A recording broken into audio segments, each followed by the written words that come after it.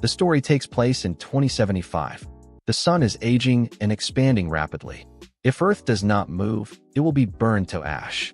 Thus, humanity decided to install thousands of engines on Earth, using kinetic energy to push it away from the solar system.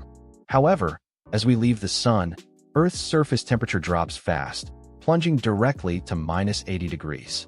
To survive, humanity can only hide within underground cities buried 5 kilometers deep beneath the Earth's surface. And this is also the only place to live.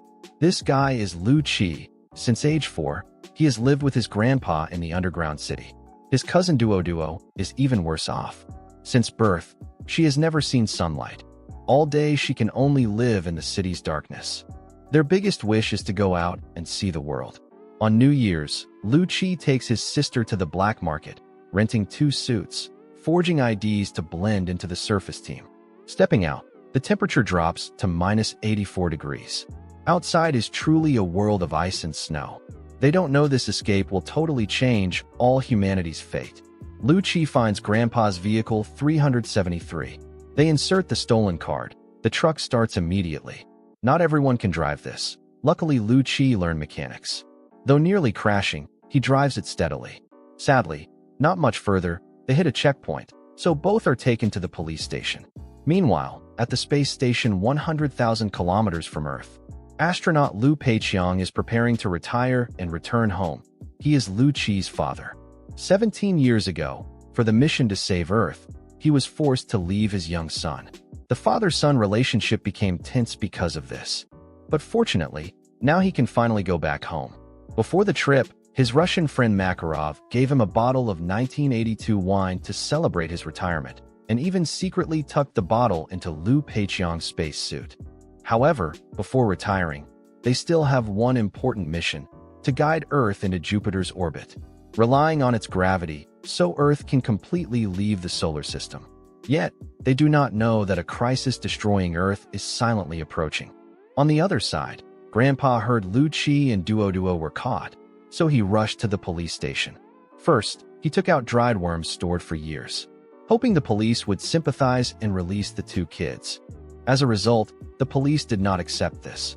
Gritting his teeth, he decided to take out a videotape hidden for 50 years. The bribe failed, and he got arrested too. Angry, he threw a slipper, then stomped hard, using all his strength to slap his face repeatedly. The prisoners nearby stood watching the commotion. Hitting so well, hitting so skillfully. Liu Cixin, furious, punched the wall hard. Following that, a strong earthquake struck, and everywhere in the world began to collapse. But luckily, the prison gate also collapsed. Liu Cixin and the others took the chance to escape, even saving prisoners nearby. They quickly ran to the transport truck. Grandpa drove skillfully, dodging collapsing buildings, and finally escaped to the plains. However, the crisis has only just begun. Due to the gravitational influence from Jupiter, over 4,000 engines globally suffered failure. If not repaired in time, Earth will collide with Jupiter after 37 hours. By then, Earth will be destroyed. The coalition government ordered global rescue teams to fix engines at all costs. Meanwhile, Grandpa led Liu Cixin to a shelter but was blocked by a rescue team. This team was fixing engines but had an accident. The driver died protecting the cargo containing the lighter core fuel to restart engines. So, the team required Grandpa's truck. For the mission to save Earth, everything must yield. Thus, Liu Cixin and others were forced to join. The team began the mission to restart the Hangzhou engine.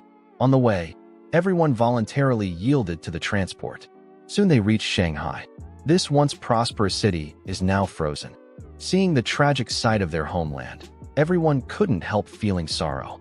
Meanwhile, the space station, in order to save resources, required all astronauts to go into hibernation pods. Liu Cixin was not at ease about his son.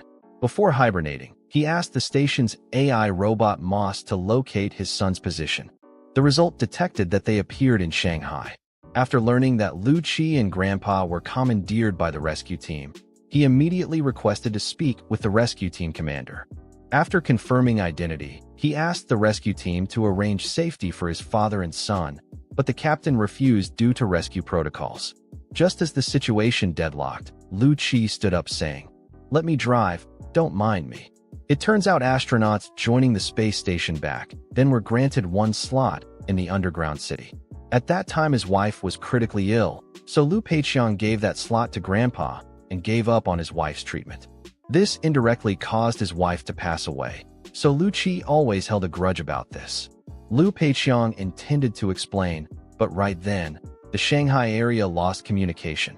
Affected by Jupiter's gravity, the entire globe suffered a second strong earthquake.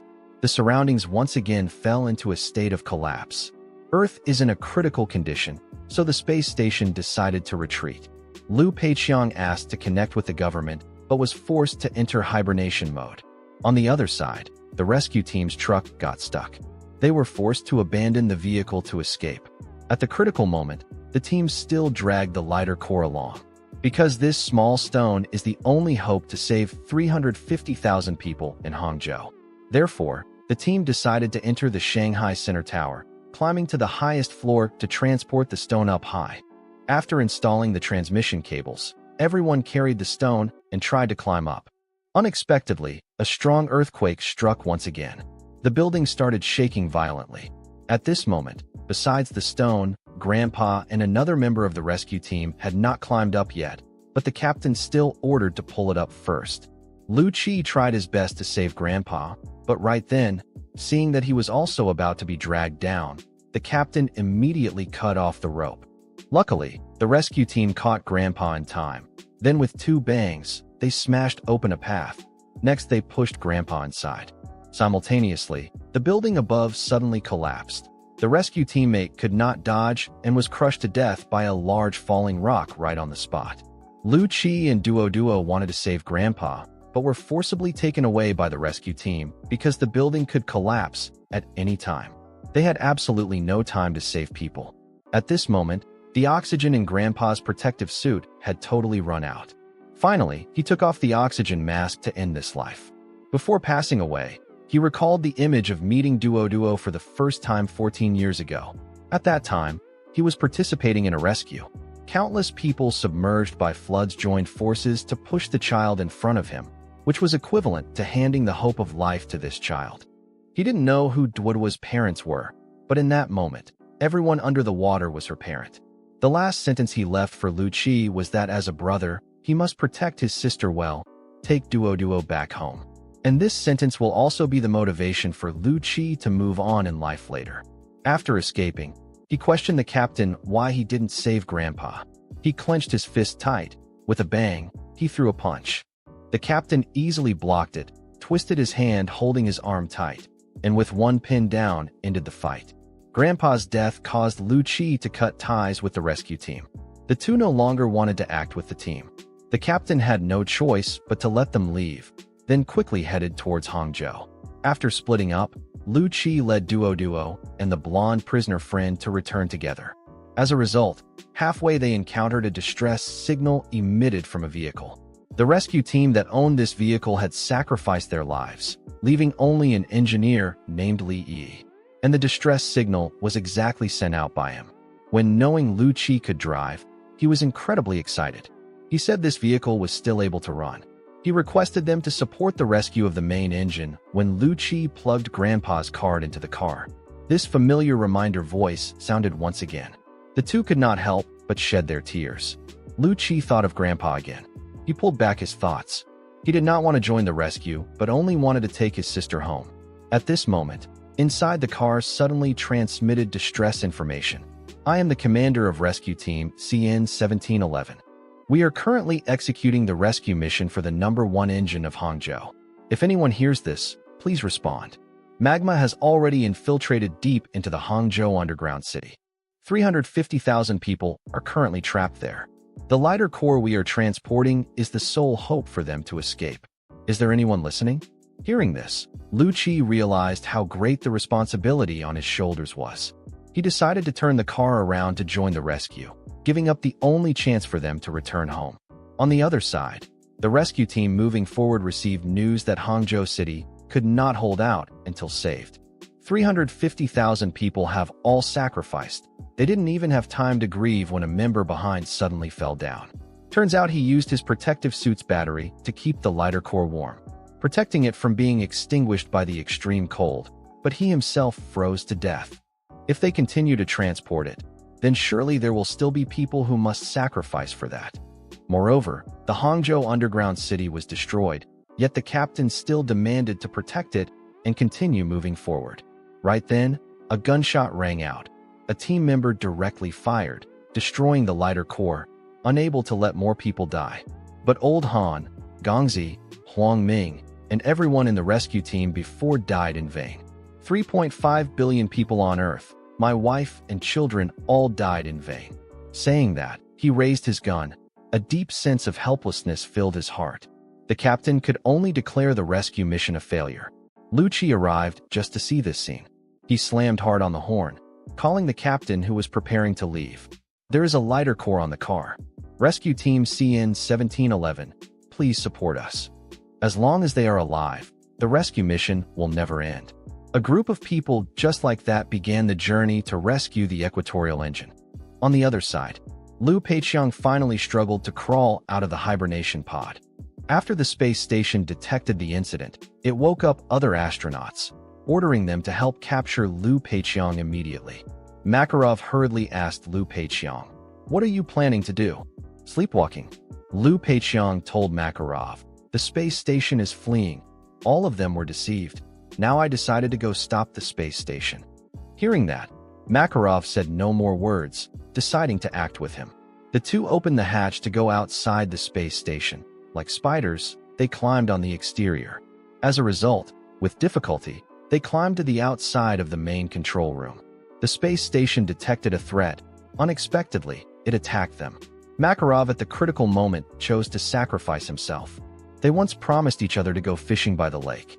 Regrettably, this promise cannot be fulfilled. But Makarov believed that one day ice will melt into water and Earth will recover vitality. Because humanity has never given up hope. With Makarov's help, Liu Cixin successfully entered the main control station. He tried to stop the space station's escape. The result revealed this was absolutely not an escape, but a directive from the United Nations. Could the United Government want to abandon Earth? Meanwhile, rescue teams everywhere under cooperation restarted 90% of engines. And after a journey disregarding lives, Liu Cixin and everyone finally arrived. At this time, they stepped from the eternal day zone into the eternal night zone. Looking up, they could see the giant Jupiter. Suddenly, red light pierced through the clouds. The last engine group was finally restarted. This meant they could go home now. But everyone still hadn't realized Earth's real crisis had only just begun. It turns out scientists had early calculated that this rescue was destined to be futile. The space station retreating also meant the failure of the rescue operation. After 3 hours, Earth will enter an irreversible disintegration process. Very quickly, news about the Wandering Earth plan's failure spread across the globe. Thanks to the efforts and sacrifice of 1.5 million rescue members worldwide, most engines were restarted, yet still could not change the outcome. Jupiter's gravitational force exceeds the total output of all engines. Earth's destruction has become inevitable, and following that, the United Government initiated the Fireseed Plan.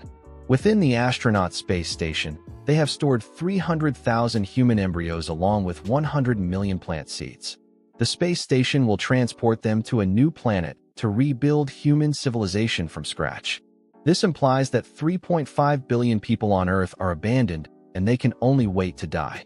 There are only 7 days left until Earth is totally destroyed. Some choose to flee, some stand in place crying and screaming. Also, some disregard everything to return home. The whole Earth sinks into collapse and despair. Liu Cixin asked to make a last phone call to his son. He could only watch Earth from afar through the space station. As for Liu Cixin, he was also looking towards Jupiter. In his heart, his father was always an irresponsible figure. But his father's companionship and love when he was small, he always remembered clearly. When he was young, his father once told him Jupiter is like a big balloon. Inside there is up to 90% hydrogen gas. At this moment, Liu Cixin suddenly thought of a bold plan. Jupiter shows that when combined with Earth's oxygen, just a small spark will create a huge shockwave just enough to push Earth out of Jupiter's orbit. Currently, hydrogen and oxygen have mixed together. Only one more match is needed. But right now the distance between Earth and Jupiter is 70,000 kilometers. Don't mention a match. Even a missile cannot reach it. But Liu Cixin suddenly thought of something. How about this match? Which match? I can modify the engine's program to make it shoot higher. Come on, let's go. We will ignite Jupiter. This is almost perishing together with Jupiter, but still better than sitting and waiting to die. No sooner said than done. With only 30 minutes left, they must do 3 things. First is to turn off the engine, then gain control to focus all energy on one nozzle.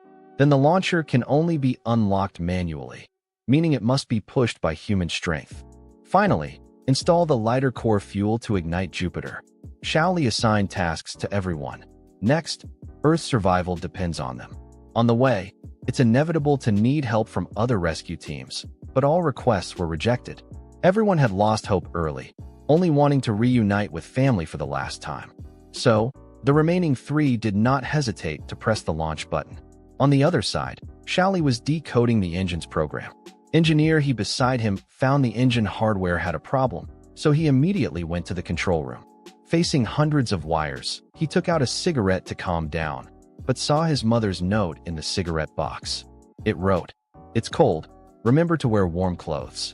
This sentence gave him courage to move forward ceaselessly. At this moment, they were all making the final effort for Earth, but unexpectedly another strong earthquake struck. At this time, they were truly isolated with no help. Duo, watching everyone constantly trying, could only continuously call for help. At this moment, she unexpectedly found Liu Ci's father's name tag dropped on the ground, so she called the contact number on it. On the other side, Liu Cixin also received Duo's distress signal. She told him about what they were doing now, hoping to get his help. The intelligent robot Moss on the space station heard this and said this plan was proposed by scientists 7 hours ago, but after calculation, the success rate of this plan is almost 0. However, Moss still uploaded the plan and contacted the United Government.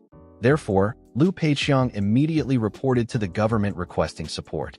But the government did not want to issue an order for a plan almost impossible to succeed.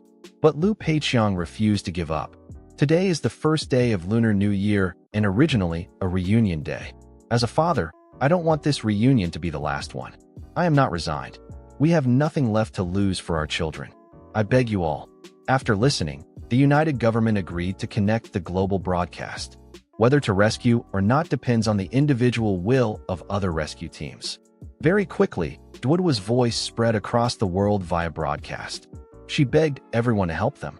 Before that, she herself didn't believe in hope, but when seeing everyone go through it all together, she finally understood hope is the only way for us to return home.